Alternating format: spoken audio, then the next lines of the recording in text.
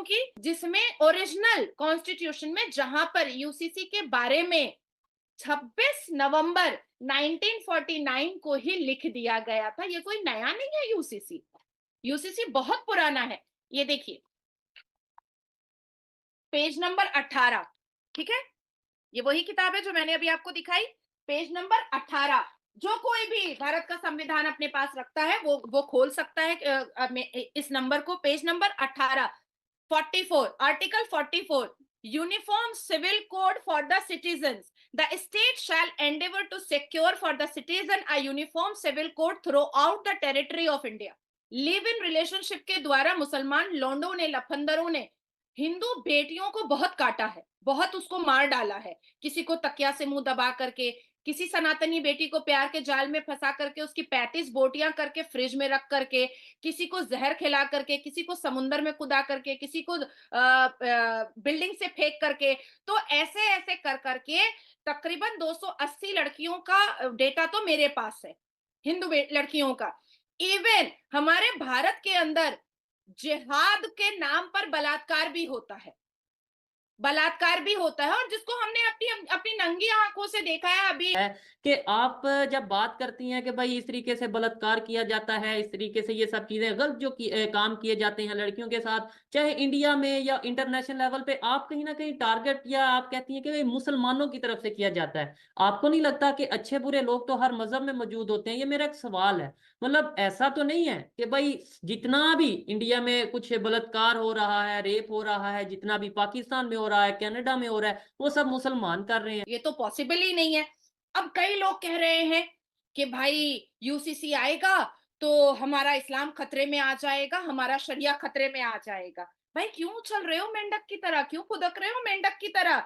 मैं पूछना चाहती हूँ चीखने और चिल्लाने वाले मुसलमानों से कि संविधान को मानते हो या नहीं मानते हो, और अगर नहीं मानते हो टिकट टू सीरिया और टिकट टू पाकिस्तान कटवा लो। Hello friends, welcome to my channel मॉमगम केयर। आ गई हूँ आज एक और नई वीडियो लेकर। आज की वीडियो वेरी इंपॉर्टेंट है, प्लीज़ इसे ज़रूर देखें और समझें। हम आज समझने वाले हैं यूसीसी क्या है। इस यूसीसी को समझने के लिए आपको इस वीडियो को पूरा देखना होगा, और ये वीडियो है शोएब चौधरी और नाजिया इलाही खान।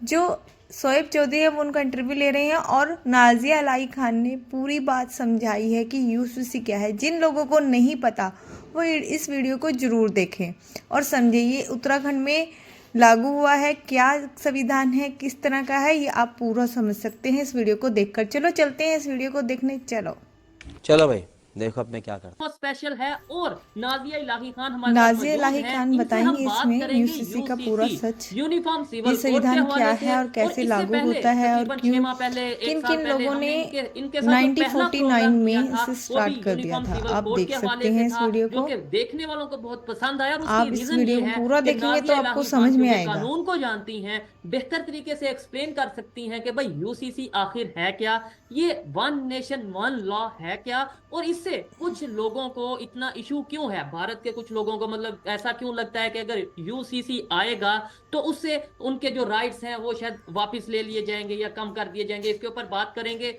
उत्तराखंड में ऑलरेडी इसको जो है इंप्लीमेंट कर दिया गया है, ऐसी खबरें आ रही हैं, या इंप्लीमेंट होने वाला है। ये सब नाजिया इलाही जी हमें क्लियर करेंगी। कश्मीर के हवाले से भी बात करेंगे कि कश्मीर को तकरीबन जो है 14 बिलियन डॉलर का जो बजट दिया गया है इंडिया की तरफ से, उसके ऊपर बात करेंगे। और हम यूनिफॉर्म सिविल कोड के साथ साथ सीएए का भी इस वीडियो में हम ऑल डिटेल के साथ जिक्र करेंगे। अस्सलाम वालेकुम नाजिया जी। वालेकुम अस्सलाम, कैसे हो शोएब? नाजिया जी मैं बेहतरीन, ठीक ठाक। सबसे पहले हम यूनिफॉर्म सिविल कोड की बात करें, सीएए की बात करें, या फिर कश्मीर की बात करें? सबसे पहले यूनिफॉर्म सिविल कोड के बारे में बात करते हैं, क्योंकि ठीक है।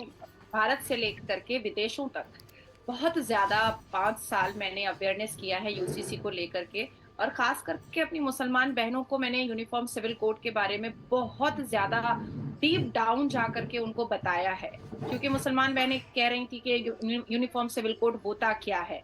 हमारे भारत में सच्चर कमीशन की रिपोर्ट के हिसाब से हम एडुकेशन में, मुस्लिम जो है वो एडुकेशन में दलित से भी नीचे हैं।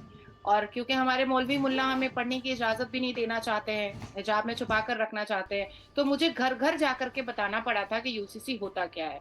तो मुझे लगता है कि हम यूसीसी पर पहले बात करते हैं। ठीक है नाजिया जी, यूसीसी को लेके आपने जैसे मुसलमानों की बात की, आखिर क्या इशू है? मतलब मैंने जो थोड़ा सा उसको स्टडी किया है, मैं भी एक कानून का स्टूडेंट हूँ, मैंने ये स्टडी किया है। यूनिफॉर्म सिविल कोड मतलब ये है कि पाकिस्तान या भारत या किसी भी कंट्री में यूसीसी अगर आएगा, उसका मतलब ये होगा कि उस कंट्री के जितने भी नागरिक हैं, जितने भी शहरी हैं, जितने भी रहने वाले हैं, चाहे वो हिंदू, चाहे वो सिख, चाहे वो क्रिश्चियन, चाहे वो किसी भी मजहब से बिलोंग करते हैं, सभी के लिए एक कानून होगा। तो मेरे ख्याल से अगर सबके लिए एक कानून है, ये तो इक्वालिटी को शो करता है। लेकिन इससे इशू क्या है, और या फिर जो मैंने एक्सप्लेन किया है यूसीसी इससे कुछ हट के है, तो आप जरूर बताइएगा। मैं कॉन्स्टिट्यूशन से भी बताऊंगी, कानूनी तरीके से भारत के संविधान के हिसाब से भी बताऊंगी, और ग्राउंड लेवल पर जो हमारे मौलवी मुल्ला और मुसलमान समाज के ठेकेदार जो यूसीसी का नाम सुनते ही पॉपकॉर्न की तरफ खुदकने और उछलने लगते हैं, उनके मानसिकता को भी मैं दिखाऊंगी, उनकी मानसिकता को भी मैं यहाँ पर शो करूंगी।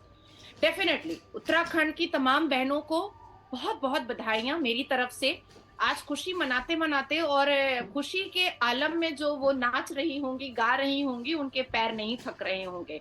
वहीं दूसरी तरफ अगर देखें तो सुबह से मैं नेशनल न्यूज पर थी, मुसलमान मर्द और मुसलमान समाज के जो मर्द ठेकेदार, क्योंकि औरतें तो ठेकेदार बन नहीं सकती हैं, तो मुसलमान समाज के जो मर्द ठेकेदार हैं वो छाती पीटते पीटते नहीं थक रहे हैं। अब क्यों नहीं थक रहे हैं?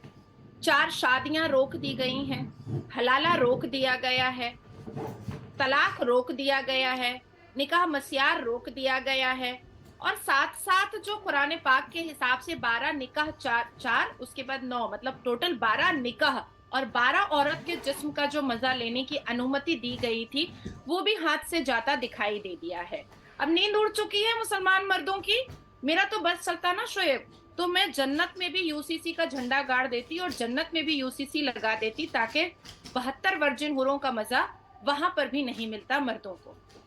अब मैं बताना चाहूंगी कि 6 नवंबर आपकी वैसे तो आपकी अपनी ओपिनियन है, लेकिन ऐसी बातों से आपको नहीं लगता कि, मतलब देखें, आपने कि ये ओपिनियन दी, आपने ये नहीं बोला ऐसा होना चाहिए या नहीं, लेकिन ऐसी बातों से आप पे फतवा भी लग सकता है कि जन्नत में भी यूसीसी।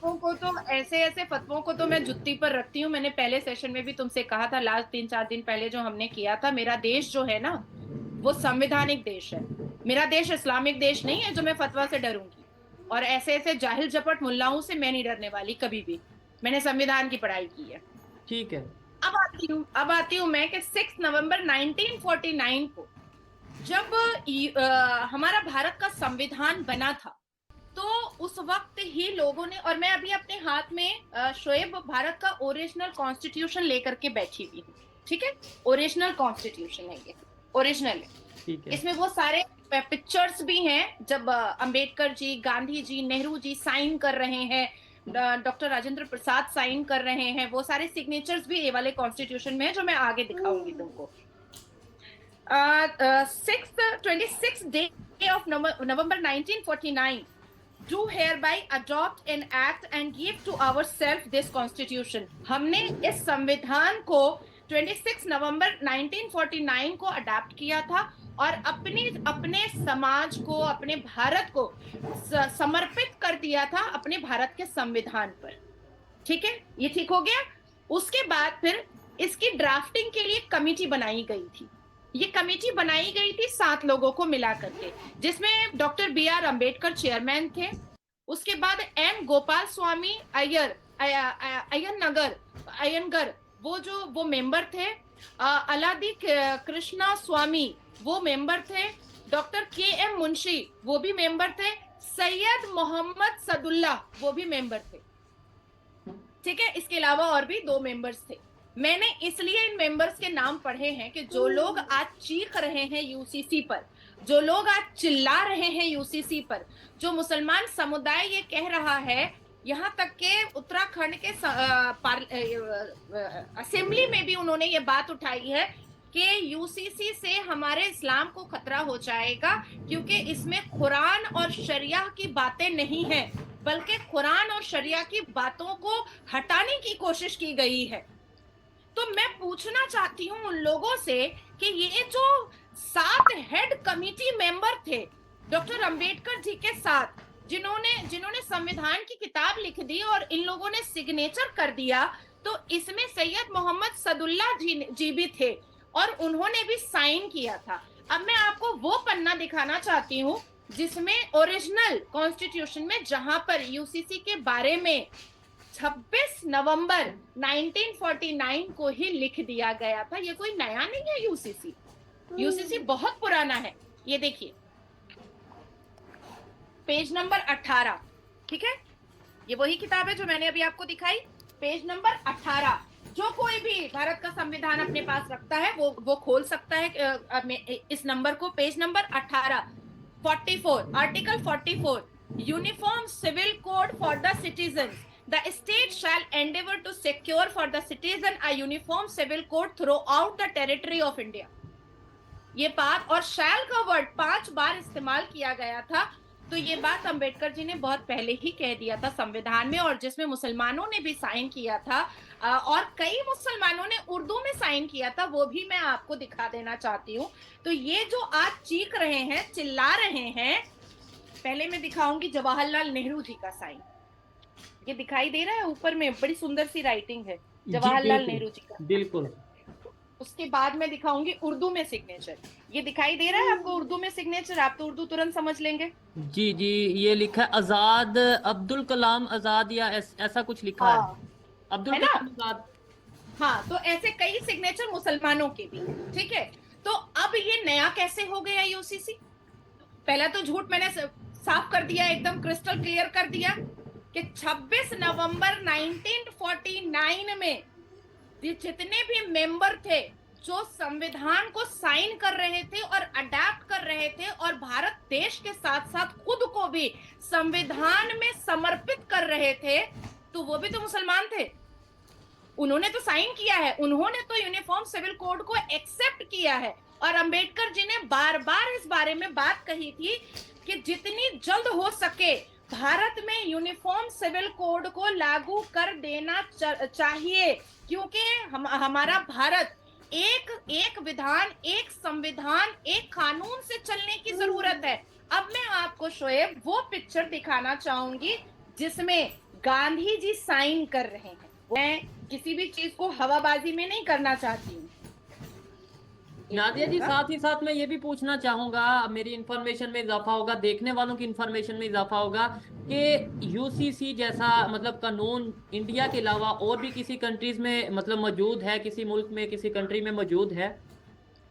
हमारे ही देश के गोवा में है। ठीक है, हमारे ही देश के गोवा में है। देखिए, मैं आपको वो वाली फोटो जरूर दिखाना चाहूंगी जिसमें गांधी जी भी साइन कर रहे हैं। ये देखिए, दिखाई दे रहा है? जी बिल्कुल, साफ तरीके से। जी बिल्कुल। अबुल कलाम आजाद जी भी टोपी पहन करके, चश्मा पहन करके, शेरवानी पहन करके आधे से झुके हुए दिखाई दे रहे हैं। ऐसा ही है, ठीक है। अब आप बताएं मुझे कि आखिर यूसीसी कैसे खिलाफ हो गया और नई चीज कैसे हो गई? ये तो पॉसिबल ही नहीं है। अब कई लोग कह रहे हैं कि भाई यूसीसी आएगा तो हमारा इस्लाम खतरे में आ जाएगा, हमारा शरिया खतरे में आ जाएगा। भाई क्यों चल रहे हो मेंढक की तरह, क्यों खुदक रहे हो मेंढक की तरह? मैं पूछना चाहती हूँ चीखने और चिल्लाने वाले मुसलमानों से कि संविधान को मानते हो या नहीं मानते हो? और अगर नहीं मानते हो, टिकट टू सीरिया और टिकट टू पाकिस्तान कटवा लो। क्योंकि ये बात तो 1949 में ही पता चल चुकी थी कि भारत संविधान से चलेगा और हर एक व्यक्ति, इवन अभी इस वक्त जो बच्चा पैदा हुआ है उसके ऊपर भी संविधान लागू है। इस भारत धरती पर जो बच्चा पैदा हुआ है उसके ऊपर भी संविधान लागू है। हर रोज मैं नेशनल न्यूज पर बैठती हूँ और इस्लामिक स्कॉलर बैठ करके कहते हैं संविधान की कसम, संविधान की कसम। भाई संविधान की कसम खा करके अपनी बातों को मनवाने की कोशिश करते हो, पर उसी संविधान का आर्टिकल 44 नहीं मानते हो, उसी संविधान का आर्टिकल 44 नहीं मानते हो। जब भारत के प्रधानमंत्री मोदी जी पसमानदा मुसलमानों के एजुकेशन की बात करते हैं, पसमानदा मुसलमानों को पढ़ने की बात करते हैं, तो भारत के मुसलमान धर्म के ठेकेदार जो है वो उछलने लगते हैं, वो रुदाली की तरह सीना पीटने लगते हैं। Article 45 provision for early childhood care and education to children below the age of 6 years, ये संविधान में लिखा जा चुका है 1949 में। तो आज अगर मोदी जी कह रहे हैं कि पसमानदा मुसलमानों को भी एजुकेशन में आगे होना चाहिए, मुसलमान बेटियों को एजुकेशन में आगे होना चाहिए, मुसलमान बेटियों के सेल्फ आइडेंटिफिकेशन और सेल्फ रिस्पेक्ट पर बातें होनी चाहिए, तो क्या गलत कह रहे हैं? क्या गलत कह रहे हैं? अब हम कहते हैं हम जैसे लोग, तो हम लोग बुरे हो जाते हैं। अब हमें अडॉप्टेशन की अनुमति दे दी गई, उत्तराखंड में अभी हुआ है, अडॉप्टेशन की अनुमति दे दी गई है। 4 बीवियां रखना, स्लेव रखना, लौंडिया रखना, बांदिया रखना, 72 वर्जिन हूर के नशे में चूर रहना, 72 वर्जिन हूर के नशे के लिए पूरा करने के लिए जिहाद करना, बम फोड़ना, सब जायज है, पर एक मासूम अनाथ बच्चे को गोद लेना गुनाह। सूरह अल अहज़ब में ये बात साफ लिखी हुई है। अल कुरान में अगर मैं गलत हूं तो वो कुरान का पन्ना हर सुनने वाला खोले। सूरह अल अहज़ब में जब प्रॉफेट मोहम्मद सल्लल्लाहु अलैहि वसल्लम ने, काइंडली इसको एडिट मत करना, काटना मत, सूरह अल अहज़ब में जब प्रॉफेट मोहम्मद सल्लल्लाहु अलैहि वसल्लम ने अपने अडॉप्टेड बेटे ज़ैद अलैहिस्सलाम की बीवी ज़ैनब अलैहिस्सलाम से निकाह पढ़ा, तब उन्होंने मक्का के सामने खड़े होकर के कहा कि अडॉप्टेशन आज से गुनाह है। ये तब की बात है, और अगर मैं गलत हूं तो मैं पैर पकड़ करके माफी मांगूंगी, और अगर जो मेरे ऊपर उंगली उठाएगा उसको मेरा पैर पकड़ करके माफी मांगना पड़ेगा। सूरह अल अहज़ब में जब बहू से शादी किया गया है तब जाकर के ये अडॉप्टेशन मना किया गया है। तो आप सोचो कि क्या ये गुनाह है कि एक अनाथ बच्चे को, एक मासूम बच्चे को जिसके पास सर पर छत नहीं है, पेट में रोटी नहीं है, अच्छी जिंदगी नहीं है, शिक्षा का कोई इंतजाम नहीं है, आज अगर नाजिया इलाही खान एक बच्चे को अडॉप्ट करके अपना नाम दे रही है, अपना घर दे रही है, अपनी जिंदगी का हिस्सा बना रही है, तो वो इस्लाम के हिसाब से गुनाह हो जा रहा था। पर 4 बीवियों को बिस्तर पर लेकर के सोना गुनाह नहीं हो रहा था। नाजिया जी, ये जो आपने कुरान पाक की बात की, मैं ओपनली ये कहना चाहूँगा कि भाई मुझे इस चीज़ का नॉलेज नहीं है। मैं डेफिनेटली इसको, जैसे आपने बोला कि कोई भी स्टडी कर सकता है, मैं इसको डीपली स्टडी करूँगा और उसके बाद इसके ऊपर प्रॉपर, अगर ऐसा हुआ तो इसके ऊपर प्रॉपर एक हम वीडियो करेंगे, क्योंकि हमारा इस्लाम ये कहता है कि कहीं पे भी अगर आपको कोई चीज़ ऐसी लगती है उसके ऊपर आप डिस्कस कर सकते हो, आप डिबेट कर सकते हो। ये हमारे मौलाना हजरात ने ये माइंड सेट बना दिया कि नहीं भाई आपने तो बात ही नहीं करनी, आपने तो डिस्कशन ही नहीं करनी। नहीं, हम डिस्कशन जरूर कर सकते हैं बेहतरी के लिए, हम डिस्कशन जरूर कर सकते हैं अवेयरनेस के लिए, ये चीज हमारा इस्लाम हमें इजाजत देता है। और अगर ये साथ नाज़िया इलाही खान ने खुद ही बोला है कि भाई अगर ये गलत बोल रही हैं तो ये माफी मांगेंगी, तो इस पे कोई गुस्ताही या कोई इस तरीके से फतवा तो बनता नहीं। अगर वो खुद बात कह रही है कि भाई ये ऐसा ऐसा है और अगर गलती पे हैं तो माफी भी मांगेगी। देखने वालों से रिक्वेस्ट है कि आप जो भी पाकिस्तान से देख रहे हो या जहां से भी देख रहे हो, एक दफा स्टडी जरूर करिएगा, मैं भी स्टडी करूंगा। वाह दीदी, वाह दीदी, दीदी वाह दीदी। अभी आपने जो वीडियो देखी नाज़िया इलाही खान के द्वारा, आपको पता चल ही चुका है यूसीसी क्या है और अच्छे से समझ आ भी चुका होगा। अरे बहुत अच्छा हो गया कि 4 शादियां रुक गई, तलाक की बात रुक गई, और तो और काफ़ी कुछ है जो नाज़िया इलाही खान ने बताया। ये बहुत अच्छा हो गया कि, लेकिन कुछ मुसलमानों को मिर्ची तो लग रही हैं, वो सोच रहे हैं कि हमारा जो मर्दानापन है या फिर वो कह दो कि हमारी जो ताकत है वो रुक गई। ऐसा कुछ नहीं है, भारत संविधान से चलता है, ये सबको पता है और सबके लिए संविधान एक जैसा होता है। अब मैंने पहले भी आपको बताया, आप कमेटी घर में यानी कि नगर पालिका में खड़े हो जाएं, सिविल हॉस्पिटल में खड़े हो जाएं, या फिर आप डिपो तो आप समझते होंगे जहाँ पर राशन ग्रोसरी मिलता है वहाँ पर खड़े हो जाएं, आपको सब कुछ एक जैसा मिल रहा है क्योंकि भारत संविधान से चलता है और कुछ भी यहाँ पर बदलाव नहीं मिलेगा। बिल्कुल सबके लिए, छोटे बच्चे से लेकर बड़े बच्चे तक एक जैसा रहता है। ये तो नाज़िया इलाही खान ने बताया ही है। अगर आज की वीडियो अच्छी लगी हो तो प्लीज़ लाइक शेयर सब्सक्राइब करें और बने रहें मेरे चैनल के साथ। हाँ, एक बात और, कमेंट बॉक्स में बताइए कि भारत ने यानी कि सरकार ने अच्छा किया ना यूसीसी कानून लाकर। अगर आपको ये ठीक लगे तो प्लीज़ कॉमेंट बॉक्स में बताइए।